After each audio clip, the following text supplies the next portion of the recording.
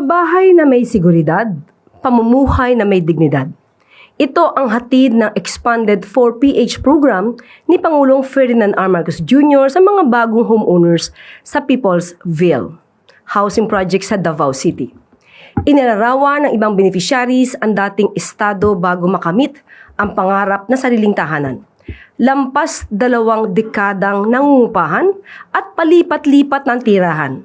Ito ang pagkakapareho ng mga kwento ng kanilang buhay.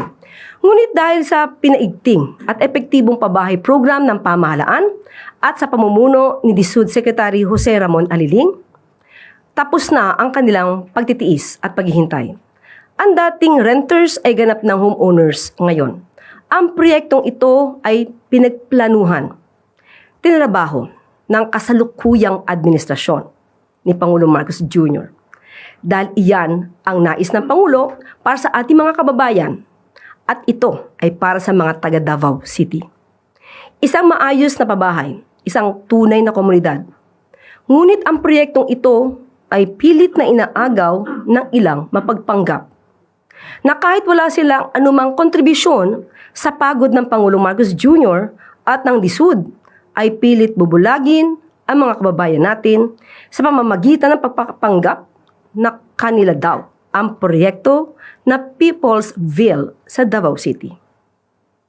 Taong 2023 na ma-approve ang development permit ng proyekto, noong 2024 naman ay inilabas ang certificate of registration ito habang ang building permit ay na-issue noong February 2024. Ipapakita ko po ang mga katibayan na aksyon ng pamahalaan patungkol dito sa People's Ville.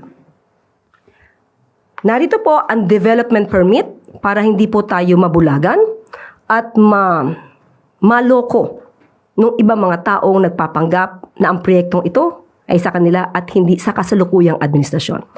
Ang development permit po ng People's Ville sa Davao City ay na-issue lamang noong July 18, 2023. Ito po ang pinalaking kopya ng development permit. At kung mapapansin niyo po, nandito po yung date, kaya pinalakihan ko rin po para makita ng ating mga kababayan.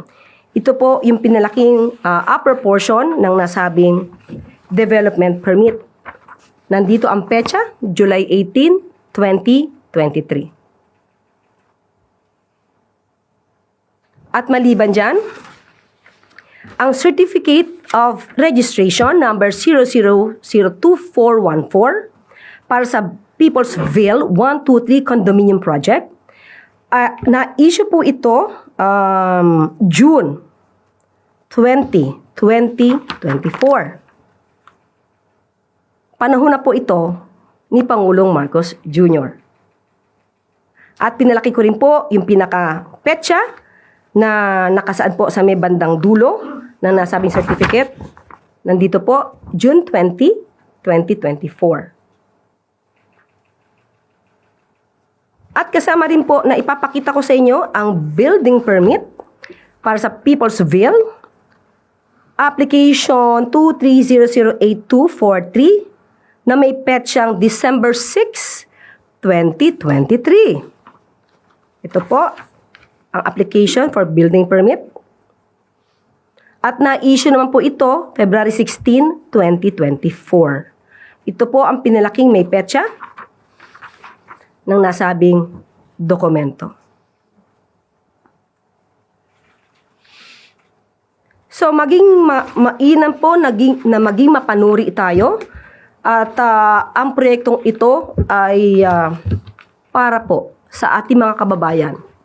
Hindi para magpabida ang sinuman, kundi laan ito para sa ating mga kababayan, lalong-lalo na sa Davao City. Sa pinakabagong ulat ng ahensya, nasa higit 2,600 units na ang tapos, habang nasa 4 na building na may 400 units ang kasalukuyang under construction.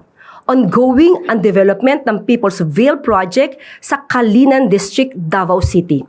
Dinisenyo ito upang makapag-accommodate ng 7,200 condominium units sa tulong ng 72 residential buildings. Isa lamang ang People's Will sa programa ang napabahay ni Pangulong Marcos Jr. para sa ating mga kababayan sa iba't ibang panig ng Pilipinas. Malinaw ang hangarin ng Pangulo ang maghatid na maayos, ligtas at may dignidad na pabahay para sa bawat pamilyang Pilipino.